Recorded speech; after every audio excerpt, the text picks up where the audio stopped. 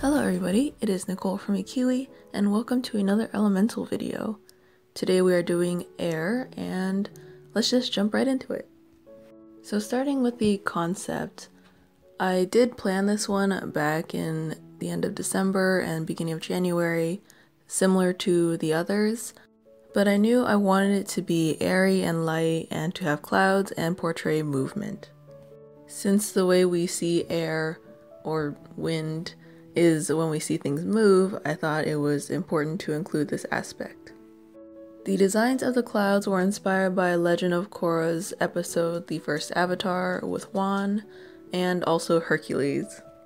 It was definitely challenging designing these clouds because I never really studied clouds before, but this really helped me figure out how to stylize them in the way that I wanted to.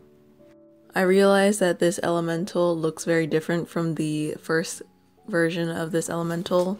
The first elemental was a play on colors of the wind, but this one is more of just trying to represent clouds and air and everything light.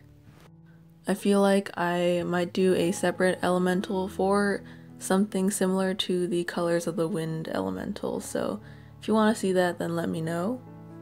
But for this one, I definitely wanted to focus on creating soft and fluffy clouds, and I wanted to include a pastel sunset color. So the color scheme that I ended up using were the colors purple, pink, and yellow. I'm not gonna lie, it was totally inspired by the movie Barbie and the Magic of Pegasus, and there's one scene where these three little girls are in charge of the sunset, and their colors are purple, pink, and yellow. However, in the color swatch that I made, I actually took colors from a picture of a sunset to see if it would work, and overall it just looked really muddy. A lot of the colors were like a dark blue-gray and a bright orange, a bright red, and it just didn't blend well together. So I ended up just interpreting it myself, and I ended up making it pastel. For the coloring, I started with the purple, and this was the shadow shade. So basically it was the darkest color in the clouds, and I wanted to make sure this color was on the left side because the light was coming from the right side. When I was studying clouds, I noticed that a lot of the bottom was in shadow because the sun would hit the top.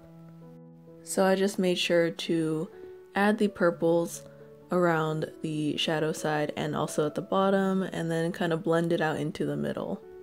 Afterwards, I added pink as a transition to the white, and then I added yellow on the right side as the highlight color. This is supposed to represent where the sun hits the clouds and makes it that tint of yellow. Since most of this drawing is actually clouds, like her hair is clouds and she's sitting on a cloud, a lot of it just consisted of this color. However, for the elemental girl herself, she's wearing this kind of cloud bodice, and I didn't want it to be pastel as well because there would be a lack of contrast. When I did the color swatch, I made the dress darker, and I knew I wanted to keep it this way because there needed to be something dark in this drawing to add contrast. If everything was pastel, I feel like it would all meld together and you wouldn't really see the difference between the girl and her clouds. So what I did was I took the purple and I darkened it so they're in the same color family. Usually I take colors from before so that the final is cohesive, even if it has lots of colors, it's in the same family. This way it makes it look more unified. Even if there are a lot of colors, they're kind of just different shades of the same color or different blends. And then after all the blending happened and it dried, I took some watercolor pencils and added in more shadows to darken the areas, but I kept it very light to keep the entire thing soft and blended. And in order to do that, I just worked in circular motions. If you guys want to see how I blend things with colored pencils, let me know and I can make a tips video for you guys. For the birds, I originally made them pink and yellow because those were the other two colors that I used.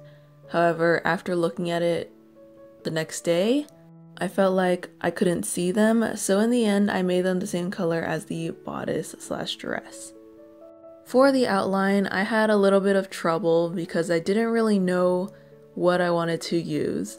And the reason for this was I started off thinking I was going to use black, but after completing the coloring, I noticed how pastel and light it was.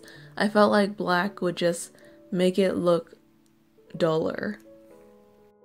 So I ended up using a light purple fine liner, and I tried to include pink as well, but I didn't really have a good pink. And you'll notice when I start with the pink, I immediately don't like it, so I stop and I try to cover it with the purple, but it doesn't really work. The pink felt very fluorescent and it didn't match the shade of pink that I was going for, so I scrapped it. And ultimately, I just outlined the majority of it in the light purple. I did use a dark purple fine liner, but it turns out when it dries, it turns turquoise, so that was really weird, and I ended up going over that in black.